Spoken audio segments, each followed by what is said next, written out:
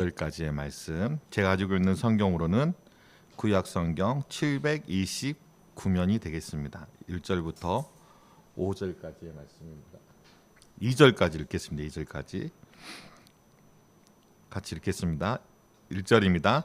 그때 대제사장 엘리야십이 그의 형제 제사장들과 함께 일어나 양문을 건축하여 성별하고 문짝을 달고 또 성벽을 건축하여 한매와 망대에서부터 하나넬 망대까지 성별하였고 그 다음은 여리고 사람들이 건축하였고 또 그 다음은 이무리의 아들 삽굴이 건축하였으며. 아멘. 기도하겠습니다.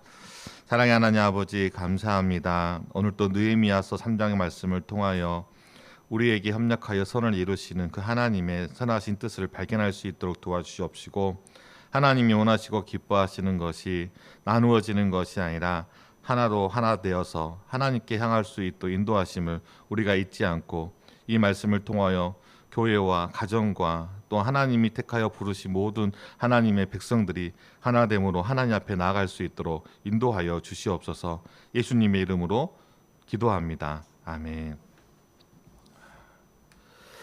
안 될 것 같은 불가능한 일도 하나님이 개입하시면 그 모든 것은 가능하게 되어집니다. 성경에서 보여주고 있는 기적과도 같은 수많은 일들도 인간의 편에서 생각할 때에는 도저히 이루어질 수 없는 불가능한 일이었습니다. 그러나 하나님이 개입하시면 그러한 불가능한 일이 가능한 일이 되어지는 것이죠. 에스라를 중심으로 이스라엘이 예루살렘에 도착하여서 각성운동, 즉 부흥운동이 일어났지만 13년이 지난 그 예루살렘의 모습은 비참하기 이를 데가 없었습니다. 13년이 되은 때에 느헤미야는 예루살렘 성읍이 파괴되어 그대로 방치되었을 뿐만이 아니라 주민들이 비참한 상황에 놓여 있다는 소식을 듣고 하나님의 선한 손에 도우심을 받아 예루살렘에 도착하게 되어집니다. 느헤미야의 관심은 예루살렘의 회복에 있었고, 그 회복의 시작은 먼저 1차적으로 그들의 안전을 지킬 수 있는 무너진 성벽을 건축하는 일이었습니다. 이 일 또한 불가능한 일이었지만 느헤미야는 자신을 도우신 하나님의 선한 손이 지금 이스라엘과 함께 하신다면 결코 이것은 불가능한 일이 아니라 가능한 일이다라고 절망에 빠져 있는 이스라엘을 향하여 외쳤던 것이죠. 비록 지금 예루살렘이 황폐하고 성문이 다 불탔으나 다시 일어나 예루살렘 성을 건축하자, 다시 수치를 당하지 말자, 불가능한 것처럼 보이지만 하나님의 선한 손이 나를 이끌었던 것처럼 우리를 도와주실 것이다 라고 외쳤던 것이죠. 이 외침에 모든 이스라엘 백성들이 일어났지만 이스라엘 백성들뿐만이 아니라 이때 산발락과 도비아와 게셈이 또한 그들을 위협하였던 것이죠. 이스라엘 백성들은 느헤미야의 말을 듣고 일어나 비록 이 대적자들의 거친 저항이 있었음에도 불구하고 예루살렘 성벽을 건축하기 시작합니다. 그 예루살렘 성벽이 건축되어지는 장면이 바로 3장에 기록되어진 장면입니다. 3장의 1절에 보니까 그때라고 시작하고 있습니다. 1절을 시작하는 이 단어는 일어서다 또는 일어나다라고 하는 뜻을 가지고 있는 단어와 계속, 영속을 뜻하는 단어가 결합되어진 단어입니다. 그러니까 그때에 일어나다라고 하는, 그렇게 우리가 물자적으로 해석할 수가 있는 것이죠. 일반적으로 움츠리고 있던 자세에서 몸을 일으키는 것을 뜻하지만은 이 그때해라고 성경에서 쓰였을 때에는 그 이전과 다르게 새롭게 무엇인가 어떤 일이 일어날 것에 대한 예비적인 암시를 나타낼 때도 이 단어가 사용되어진다는 것이죠. 어떤 일입니까? 앞선 2장에서 느헤미야를 중심으로 예루살렘 성을 건축하려고 모두 힘을 내어 선한 일을 하려고 할 때, 그때 반대 세력들이 그들을 업신여기고 비웃으며 협박하였지만 느헤미야는 하늘의 하나님이 우리를 형통하게 할 뿐만이 아니라 대적자들에게 예루살렘의 너희는 아무런 기업도 없고 권리도 없고 기억되는 바도 없다라고 말한 그 후에 일어난 일에 대하여 이 3장에서 다루고 있는 것이죠. 3장은 아주 간략하게 기록되어 있습니다. 그때라고 하면서 함께 일어난 사람들이 자기에게 맡겨진 성벽을 건축하는 장면, 그리고 그 이어서 그 다음은 이렇게 느헤미야가 그들을 대표해서 세운 약 40명의 지도자들을 중심으로 하여서 자기에게 맡겨진 그 구역에서 그 성벽을 세워지는 그런 과정들을 3장 1절부터 마지막 절까지 다루고 있는 것을 볼 수가 있는 것이죠. 우리 옛날 속담에 배찢장도 맞으면 낫다라는 속담이 있습니다. 아무리 쉬운 일이라도 함께 협력하여 하면 훨씬 더 쉽고 효과적으로 그 일을 할 수 있다라고 하는 그런 뜻을 가지고 있는 단어라는 것이죠. 지혜자도 전도서 4장 9절에서 12절에 다음과 같이 말씀합니다. 두 사람이 한 사람보다 나음은 그들이 수고함으로 좋은 상을 얻을 것입니다. 혹시 그들이 넘어지면 하나가 그 동물을 붙들어 일으켜거니와 홀로 있어 넘어지고 붙들어 일으킬 자가 없는 자에게는 화가 있으리라. 또 두 사람이 함께 누우면 따뜻하거니와 한 사람이면 어찌 따뜻하랴. 한 사람이면 패하겠거니와 두 사람이면 맞설 수 있나니 세 겹줄은 쉽게 끊어지지 아니하느니라. 지혜자는 한 사람보다 두 사람이 협력하여 그 어떠한 일을 할 때 더 효과적으로 그 일을 감당할 수 있을 뿐만이 아니라 서로가 어려움이 있을 때마다 서로가 도와줌으로 그들이 맡고 있는 그런 어려움들을 이겨낼 수 있다라고 우리에게 알려주고 있는 것이죠. 한 겹줄은 쉽게 끊을 수 있지만 두 겹, 세 겹, 네 겹 이렇게 합쳐진 것은 쉽게 끊어지지 못한다는 것이죠. 우리가 알고 있는 예루살렘의 초대교회의 모습을 그리고 있는 사도행전 2장과 4장에 보면은 그 초대교회의 특징 가운데 하나의 모습을 반복적으로 묘사하고 있는 것을 우리가 볼 수가 있는데 그것은 바로 하나됨이라는 것이죠. 사도행전 2장 45절에 보니까 날마다 마음을 같이하여 성전에 모이기를 힘쓰고 집에서 떡을 떼며 기쁨과 순전한 마음으로 음식을 먹고 라고 기록하고 있고 4장 32절에서도 믿는 무리가 한 마음과 한 뜻이 되어 모든 물건을 서로 통용하고 자기 재물을 조금이라도 자기의 것이라 하는 이가 하나도 없더라. 그러니까 한 마음으로 한 공동체를 일으켜 세워지는 그 과정을 이 사도행전을 시작하는 교회가 세워지고 그 교회가 확장되어져 가는 그 모습의 특징으로 우리에게 말해주고 있는 것이죠. 가족이 서로 하나가 되어지는 것, 교회가 서로 하나가 되어지는 것, 나라의 국민들이 서로 하나가 되어 어려움을 극복하고 이겨내는 것만큼 아름다운 모습은 없을 것입니다. 그러나 실상 공동체가 이렇게 하나가 되어지는 것은 쉽지 않다는 것이 우리의 인생의 문제라는 것이죠. 왜냐하면 죄는 이와 같이 하나가 되려고 하는 그 관계를 파괴하려고 하는 그러한 경향을 가지고 있기 때문인 것입니다. 갈등이 없는 가정은 없을 것이고 갈등이 없는 교회도 없습니다. 여러분들의 가정만 보더라도 어떻습니까? 끊임없이 싸우고 다투는 그런 모습들이 있지 않습니까?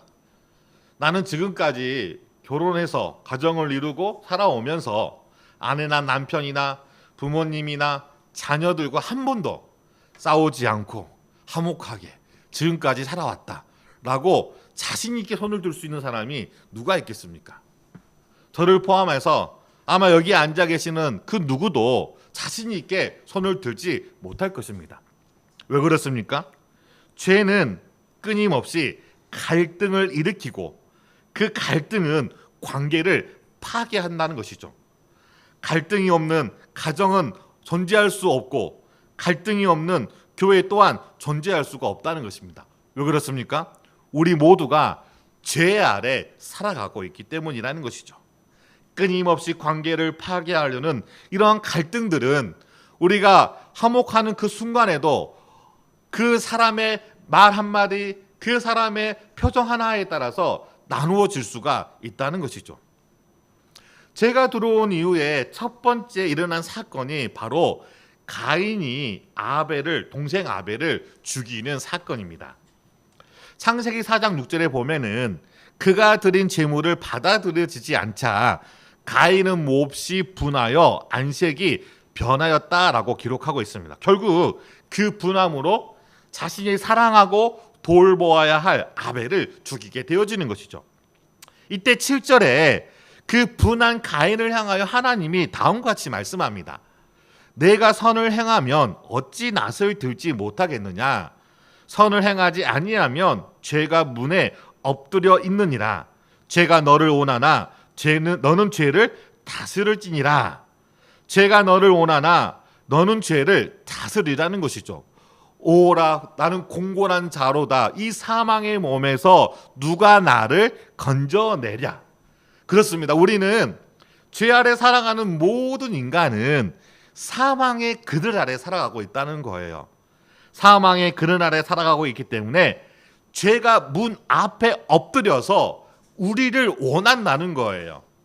그러나 우리가 그 죄의 유혹에 넘어가면 결국 우리 안에 있는 죄가 갈등을 일으키고 그 관계를 깨트린다는 것입니다. 그러니까 하나님이 가인에게 뭘 지적하고 있죠? 내가 선을 행하면 어찌 낯을 들지 못하겠느냐. 그러니까 가인은 자신의 재물이 하나님께 받아들여지지 않는 것이 하나님과의 관계에서의 자기의 문제이지 사람들과의 관계의 문제가 아니었다는 것이죠. 그러면 가인이 어떤 행동을 했어야 할까요? 하나님 앞에 겸손히 나아가 왜 내 재물이 받아들여지지 않았는지 대하여서 살펴봐야 되지 않겠습니까? 그러나 자기의 눈 속에 있는 둘보를 보지 못하고 상대방에 있는 눈 속에 있는 둘보를 보면서 지적하였던 것이죠. 결국 문 앞에 서 있는 그 죄의 유혹이 넘어가 결국 자신의 동생을 죽이게 된 것입니다. 이처럼 죄로 인해 불완전한 인간은 자신을 중심으로 살려고 하기 때문에 끊임없이 관계 안에서 부딪힐 수밖에 없고 결국 하나됨을 깨트리게 된다는 것이죠. 이처럼 하나됨은 하나님이 기뻐하시는 것이지만 그 하나됨을 깨트리는 것은 하나님의 뜻이 아니라 사탄의 관계임을 우리는 잊어서는 안 된다는 것입니다. 3장은 이스라엘의 새롭게 된 공동체가 하나가 되어 성벽을 재건하는 모습을 보여주고 있습니다. 어떻게 환난과 대적들의 방해 속에서 또한 그 관계를 깨뜨리려고 하는 그러한 죄악 가운데에서 이들이 하나가 되어 성벽을 재건할 수 있었을까요?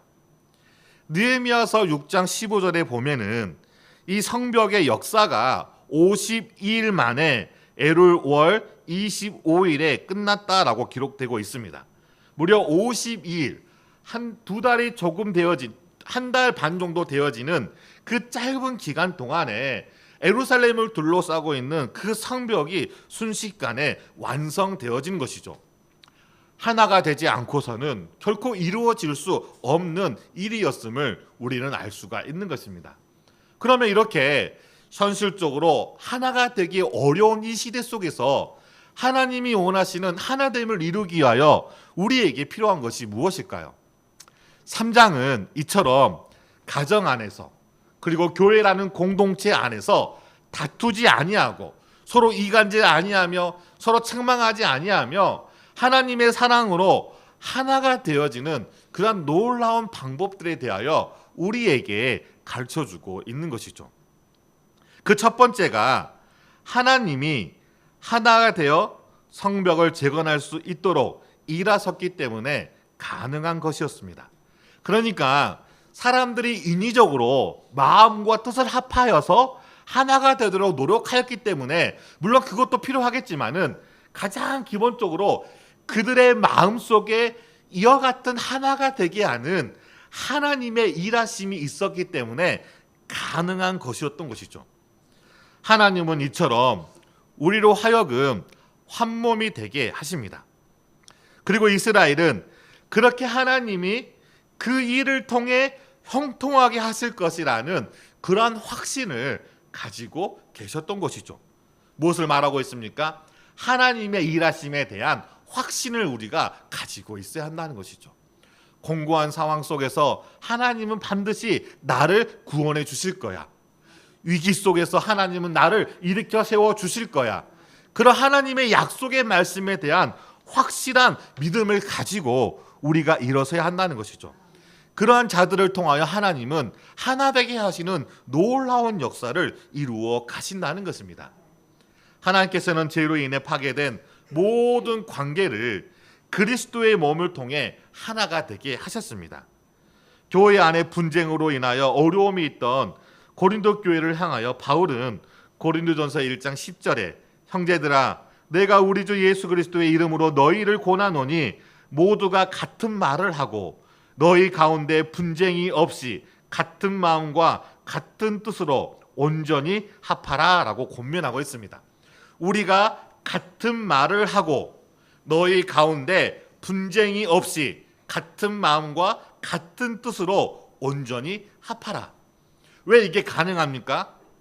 우리 안에 계시는 성령 하나님은 여러분의 성령 하나님이 아니라 한 분의 성령 하나님이시기 때문이라는 것이죠. 자, 보십시오. 각자 안에는 자기가 있어요. 이 자기라는 것은 자기의 생각과 자기의 욕심과 자기의 종욕에 따라 움직여요. 그렇지 않겠습니까? 누가 아무리 뭐라고 해도 자기가 있기 때문에 결코 움직이지 않아요. 저한테 살을 빼라 해도 나라는 자기가 있기 때문에 내가 움직이지 않는 한 살을 뺄 수가 없는 것이죠. 왜? 내가 중심이기 때문에. 나뿐만 아니라 여러분들 마음속에도 자기가 있어요. 그 자기에 따라서 우리는 움직이는 거예요. 그래서 사람들의 말이 그 자기를 좋게 하면 그 사람들의 말에 호응하고, 사람들의 말이 자기를 짜증나게 하거나 기분 나쁘게 하면 그 사람의 말을 타잖아요. 그리고 그 사람을 멀리하게 되어지는 것이죠.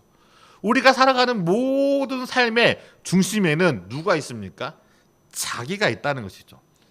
그 자기가 다 다르다는 거예요. 저와 저의 아내를 통하여서 난 자녀가 4명이에요.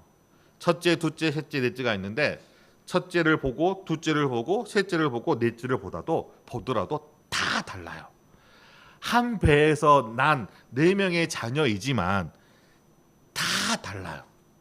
제가 저희 친척 가운데 8명의 낳은 자녀들을 둔 친척이 있거든요. 삼촌과 고모인데 10명의 삼촌과 고모를 보면 다 달라요. 왜? 다를 수밖에 없죠. 왜? 아무리 쌍둥이, 삼쌍둥이가 태어난다 할지라도 외향적인 모습이 같고 서로 통하는 느낌이 같다 하더라도 다르다는 거예요. 왜? 자기가 있기 때문이라는 것이죠. 그런데 그런 자기가 있는 각자 다른 모든 사람들에게 공통적으로 하나님이 주신 것이 있는데 그것이 무엇입니까? 바로 성령 하나님이시라는 거예요. 그리스도를 통하여 주의 몸된 교회의 한 몸이 된 모든 그리스도 안에는 누가 있는 거예요? 한 성령님이 계시다는 거예요.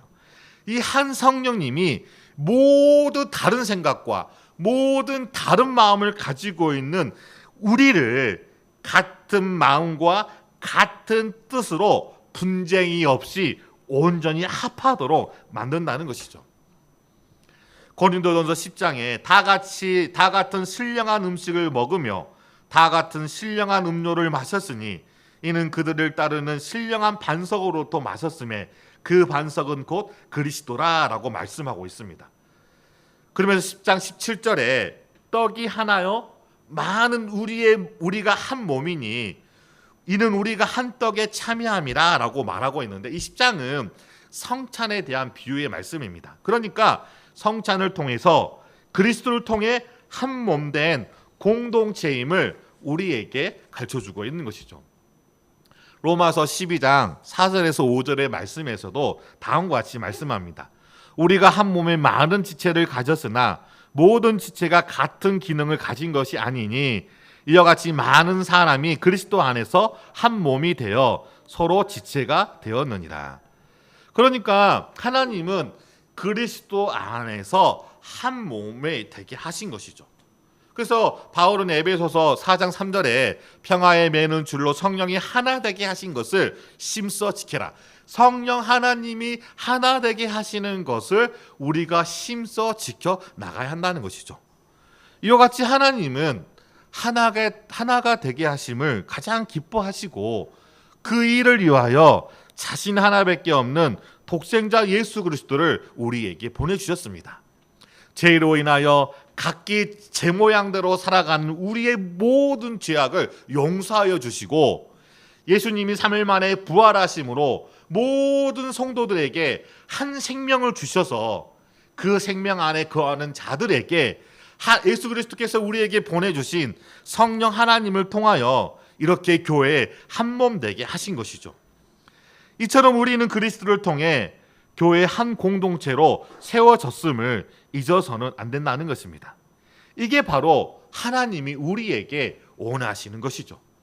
그래서 바울은 로마서 8장 28절에 우리가 알거니와 하나님을 사랑하는 자 곧 그의 뜻대로 부르심을 입은 자들에게는 모든 것이 합력하여 선을 이루니라.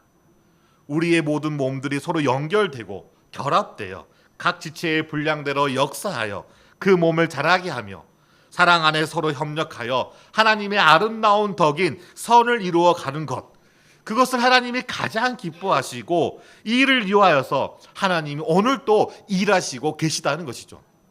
이런 하나님의 일하심을 통하여 이스라엘 공동체가 하나가 될 수 있었고 또한 그 하나됨을 통하여서 불가능한 52일 동안에 그 성벽이 재건될 수 있었던 것입니다. 그렇기 때문에 하나 되게 하시는 모든 것들은 하나님의 전적인 은혜임을 우리는 잊어서는 안 된다는 것입니다. 지금도 하나님은 한 공동체가 되어 그의 몸이 자라게 하며 하나님의 사랑 안에서 세워 열매를 맺기를 원하십니다. 이 일을 위해 지금도 성령 하나님께서 우리의 연약함을 도우사 우리가 마땅히 기도할 바를 알지 못할 때에도 오직 성령 하나님께서 말할 수 없는 탄식함으로 우리를 위하여 친히 간구하신다는 것이죠. 그렇기 때문에 하나가 되어졌다고 해서 우리에게 자랑할 것이 없다는 거예요. 이 하나됨뿐만이 아니라 그리스도인으로 살아가는 그 모든 삶에는 하나님의 전적인 개입이 있기 때문에 가능한 것이지 우리의 그 어떠한 선한 노력을 통하여 그 일이 이루어진 것이 아니기 때문에 그 누구도 자랑할 수가 없다는 것입니다. 그래서 이 세상의 자랑은 우리를 넘어뜨리는 걸리게 하는 돌이라는 것을 잊지 마시기 바랍니다. 우리의 생각과 우리의 마음을 나누어지게 하며 내가 속해 있는 가정과 내가 속해 있는 교회가 사람들 간에 서로를 이간시키고 분열시키는 그 모든 것들은 하나님 반대편에 있는 사탄의 관계이자 자신 안에 있는 욕심, 곧 죄의 오염으로 인한 정욕의 결과임을 잊지 마시기 바랍니다. 바울은 빌립보서 2장 2절에서 4절에 다음과 같이 말씀합니다. 우리 같이 한번 빌립보서 2장 2절에 4절 말씀 같이 읽도록 하겠습니다. 시작. 마음을 같이하여 같은 사랑을 가지고 뜻을 합하여 한 마음을 품어 아무 일이든지 다툼이나 허영으로 하지 말고 오직 겸손한 마음으로 각각 사람보다 남을 가깝게 여기고 각각 자기 일을 돌볼 뿐더러 또한 각각 다른 사람의 일을 돌보아 나의 기쁨을 충만하게 하라. 나의 기쁨을 충만하게 하는 그 이유를 내가 원하는 것을 이루고 내가 만족하고자 하는 것을 찾아서 만족해서 내가 기뻐하고 즐거워하는 것이 아니라는 거예요. 그런 것들은 오히려 나를 망가지게 하는 것이죠. 왜냐하면 그런 것들에 우리가 강압되어지면 그것이 없이는 우리가 못 살기 때문에 오히려 그것들이 우리로 하여금 중독되게 만든다는 것이죠. 담배를 피는 사람은 담배를 끊을 수가 없고, 술을 마시는 사람은 술을 끊을 수가 없으며, 마약을 하는 사람은 마약을 끊을 수가 없어요. 돈을 좋아하는 사람은 그 돈에 매여서 살아갈 수밖에 없고, 사람을 좋아하는 사람은 그 관계를 끊을 수가 없는 거예요. 그러한 대상들이 나에게 기쁨을 주고 만족을 준다고 해서 그것을 찾고 그것을 열심을 다해서 구하였지만, 결국 그것에 코가 끼어서 그것이 없으면 내 인생이 모든 것이 다 없어진 것처럼 그렇게 허무하게 되어지고, 그것을 얻으면 내가 모든 걸 다 얻은 것처럼 그렇게 풍요하게 되어지는 것이 아니라는 것이죠. 그 모든 것들은 사탄의 관계라는 것입니다. 나의 기쁨을 충만하게 하는 것은 무엇을 통하는 것입니까? 하나님이 우리에게 허락하여 주신 그 관계 안에서 하나가 될 때라는 것이죠. 그래서 바울은 마음을 같이하여 같은 사랑을 가지고 뜻을 합하여 한 마음을 품어 아무 일이든지 다툼이나 허영으로 하지 말고 오직 겸손한 마음으로 각각 사람보다 남을 낮게 여기고 각각 자기 일을 돌볼 뿐더러 각각 다른 사람의 일을 돌보아 나의 기쁨을 충만하게 하라. 상대방을 불쌍히 여기고 기도하며 그에게 내가 비록 가진 것이 없다 할지라도 그 영혼을 위하여서 안타까운 마음으로 기도할 때 내 영혼 가운데 기쁨이 충만하게 된다는 것이죠. 수백 명의 사랑을 받을 때 진정한 기쁨과 즐거움을 누리는 것이 아니라, 내가 한 사람을 열렬히 사랑할 때 내 마음 가운데 가득 채워진 하나님의 사랑을 우리가 발견할 수가 있는 거예요. 가끔 뉴스에 보면은 정말로 인기를 많이 누렸던 그런 연예인들이 자살하는 경우를 볼 수가 있습니다. 물론 댓글이라든가 좋지 않은 일로 인하여 생명을 끊으신 분들도 있지만은, 그 수많은 사람들로부터 누려왔던 그 인기가 어느 순간에 사라져 버리고 그 마음의 공허함을 주체할 수 없어서 끊게 되어지는 것이죠. 아무리 수억 명의 사람이 나를 사랑하고 나를 좋아한다고 해도 여러분의 그 작은 사랑이라는 감정을 채울 수가 있을까요? 결코 채울 수가 없어요. 그 사랑은 유일하게 한 분이신 하나님만이 나를 사랑할 때 채워줄 수 있는 그러한 감정이고, 또한 내가 한 영혼을 향하여 열렬히 사랑할 때 우리 수많은 사람들이 나를 사랑할 때보다 더 큰 사랑의 감정으로 기뻐할 수가 있다는 것을 잊지 마시기 바랍니다. 이처럼 오늘 또 하나님은 우리가 속해 있는 가정과 우리가 속해 있는 교회와 또 하나님이 세우신 나라와 민족이 하나가 되어서 하나님의 선한 뜻을 이루어 가시기를 원하신다는 사실을 잊지 마시기 바랍니다. 두 번째로는 이렇게 하나님이 하나가 되게 하기 위하여서 역사하시는데 누구를 통하여 역사하시냐? 한 사람을 통하여 역사하신다는 것입니다. 그 첫 번째 사람이 바로 느헤미야였습니다. 이스라엘 자손을 흥왕케 하려는 사람을 보내주심으로 말미암아 이스라엘이 용기를 얻고 일어나 건축하고자 분연히 골기했던 것입니다. 이스라엘을 독려하였을 뿐만이 아니라 실질적으로 성벽이 완성될 때까지 모든 일에 감독하여서 이 일을 완성시킨 것이죠. 우리 여기에서도 이 느헤미야의 충성과 느헤미야의 지혜를 볼 수가 있습니다. 자 보십시오. 성벽을 건축하는데 이 느헤미야는 구간을 나누었어요. 구간을 나누어서 40여 명이 책임자의 감독하에서 동시에 어느 한 곳으로부터 시작한 것이 아니라 동시에 성벽을 재건하는 일을 진행하였습니다. 생각해 보면 한 곳으로부터 천천히 진행하는 것이 오히려 단단하게 그 성을 쌓을 수가 있는 그런 강점이 있지 않겠습니까?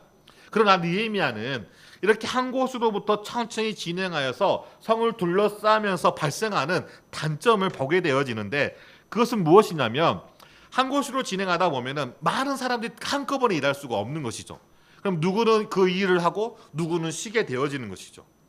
또 한 가지는 뭐냐면 환쪽이 완성되어지고 또 다른 쪽을 완성할 때 우리가 사정부터 계속 보겠지만은 계속 이 성벽이 완성될 때까지 대적자들의 공격이 있었다는 거예요.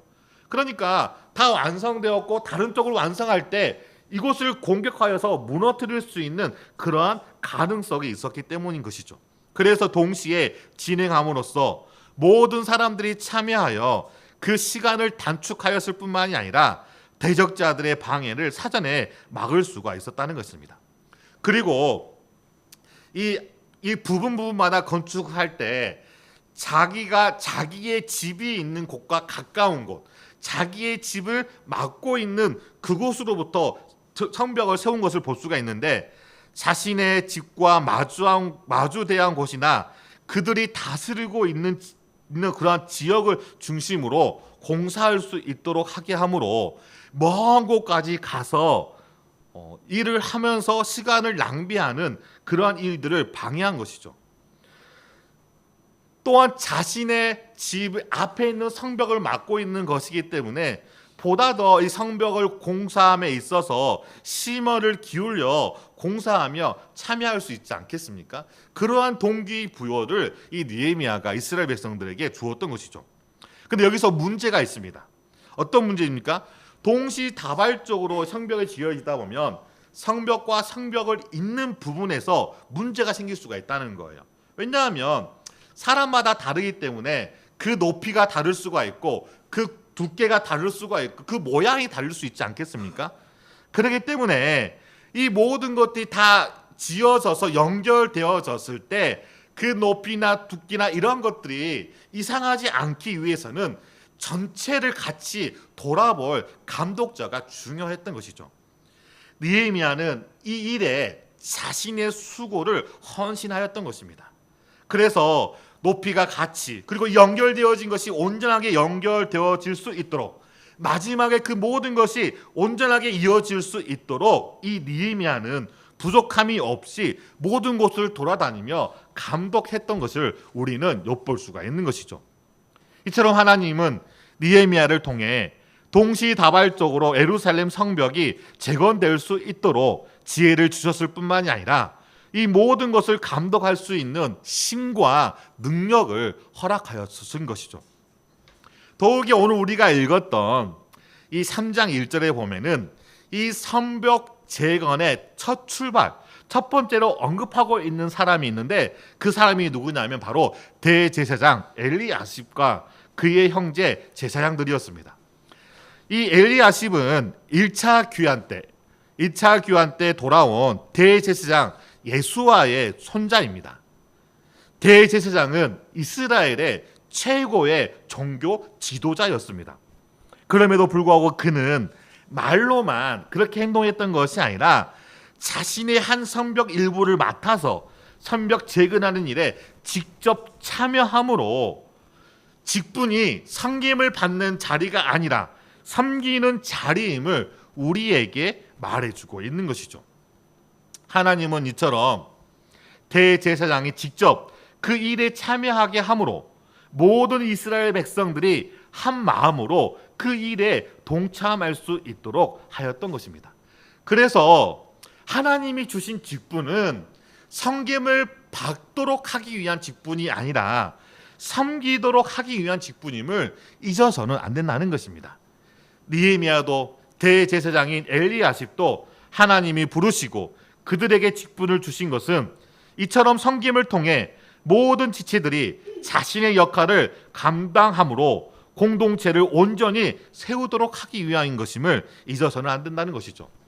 그렇기 때문에 자신의 직분을 자신을 위한 자랑거리로 삼는 것이 아니라 한 몸인 공동체를 위한 섬김으로 하나님의 사랑을 증거하는 데 삼아야 한다는 것을 잊어서는 안 된다는 것이죠.